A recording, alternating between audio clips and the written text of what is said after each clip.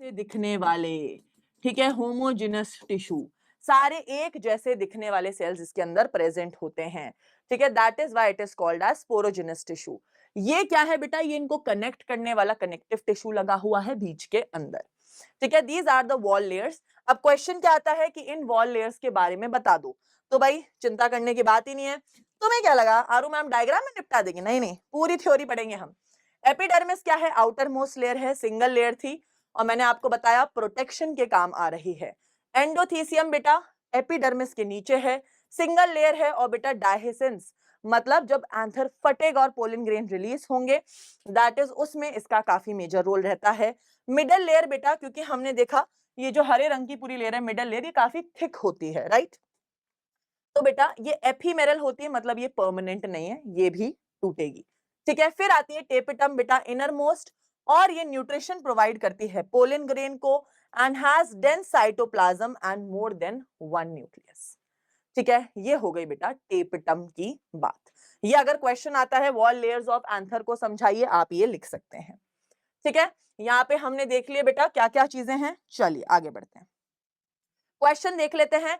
कैसा क्वेश्चन आता है, flower is a modified root और शूट और बोथ, बेटा मॉडिफाइड रिप्रोडक्टिव शूट होती है।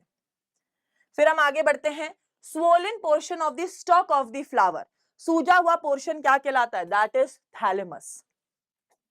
फिर बेटा क्वेश्चन है मैच द कॉलम, कैलिक्स क्या होता है बेटा, it is a group of sepals, ठीक है, कैलिक्स क्या है, is a group of sepals. Corolla क्या है बेटा, Corolla is a group of petals.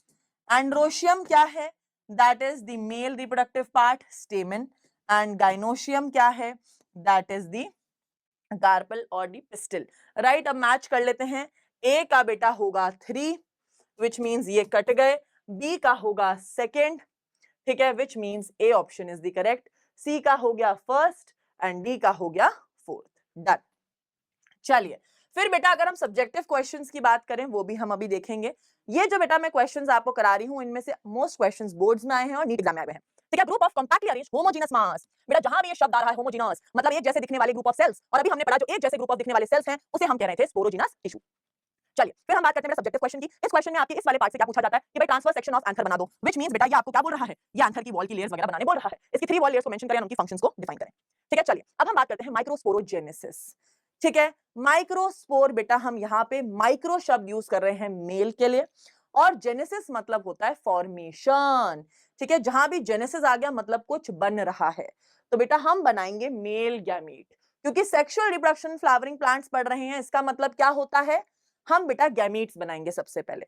तो भाई मेल गैमीट कैसे बनता है, हम यहाँ पे देख रहे हैं बेटा, यहाँ पे क्या है, स्पोरोजीनस टिश्यू, ठीक है बेटा। स्पोरोजीनस टिश्यू में, स्पोरोजीनस टिश्यू जो होता है इसके अंदर काफी सारे क्या होते हैं, माइक्रोस्पोर मदर सेल्स, क्या होते हैं, माइक्रोस्पोर मदर सेल, जिसको बेटा आप शॉर्ट में लिख सकते हैं एमएमसी, और बेटा आप इसको लिख सकते हैं पोलन की मां, या है ना, पोलन की मां, इसको पीएमसी भी लिखते हैं, पोलन मदर सेल, ठीक है, इट इज पोलन की मां, राइट।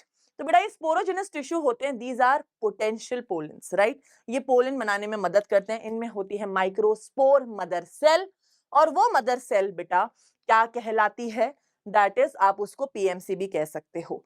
अब ये क्या करती है बेटा, ये करती है मियोसिस, क्या करेगी ये आगे जाके, मियोसिस, और मियोसिस से बेटा ये क्या बनाती है, ये बनाती है बेटा माइक्रोस्पोर्स, क्या बनाती है मियोसिस से, microspores, and meiosis is the reductional division which means 2n से बेटा जो माइक्रोस्पोर्स बनेंगे वो n बनेंगे, हैप्लॉइड बनेंगे। अब ये कैसे होता है मैं आपको बताती हूं, ठीक है। तो आप ये देख सकते हैं बेटा, ये आपकी डिप्लॉइड एमएमसी है, that is microspore mother cell है जो 2n कंडीशन में है, इसने मियोसिस करा, मियोसिस के फर्स्ट स्टेज में बेटा 2 बनते हैं, ठीक है, 2 बार, फिर बेटा मियोसिस 2 हुआ तो ये बने 4 सेल्स। अब ये चारों बेटा चिपके होते हैं एक लेयर से जिसे बेटा हम कहते हैं कैलोस, ठीक है। वैसे वो आपके एनसीईआरटी में नहीं है तो मैं सिर्फ बोल के बता रही हूँ, ये चारों क्या चिपके होते हैं कैलोस लेयर से, फिर एक एंजाइम आता है कैलेस और वो इसको तोड़ता है और क्या बन जाते हैं बेटा, 4 माइक्रोस्पोर्स, जिसको हम माइक्रोस्पोर टेट्राड भी कहते हैं। कितने माइक्रोस्पोर बन गए? 4। क्या एक पोलन की एक मां से बेटा 4 माइक्रोस्पोर्स बन रहे हैं। और मियोसिस कितना हुआ है? 1। बेटा meiosis 1 and 2 which means overall एक मियोसिस हुआ है, क्योंकि एक मियोसिस में देयर आर 2 स्टेप्स, राइट। चलिए, अब क्या होगा? ये माइक्रोस्पोर बेटा डेवलप करेगा इनटू पोलन ग्रेन। अब पोलन ग्रेन का स्ट्रक्चर कैसा होता है? तो बेटा पोलन ग्रेन अलग अलग प्लांट्स में अलग अलग वेराइटी की होती है, अलग शेप की, अलग कलर की, ठीक है, अलग पैटर्न की, किसी में ऐसी दिख सकती है, किसी में ऐसी, किसी में ऐसी। तो एग्जैक्टली पोलन ग्रेन के स्ट्रक्चर में हम पढ़ते हैं, एक होती है आउटर लेयर। आउटर लेयर को बेटा हम कहते हैं एक्साइन। ठीक है, एक्साइन जो लेयर होती है बेटा काफी मजबूत मटेरियल से बनी होती है, जिसका नाम होता है स्पोरोपोलिन। चिंता करने की जरूरत नहीं है, नोट्स में मैंने सब कुछ लिख रखा है, तो हाँ, आपको बिल्कुल भी ये दिक्कत नहीं होगी कि मैम आप बोल रही हो हम लिख लें क्या। नहीं बेटा, आप पढ़ते रहिए, आपको नोट सब कुछ मिलेगा इस वन शॉट में, डोंट यू वरी, राइट।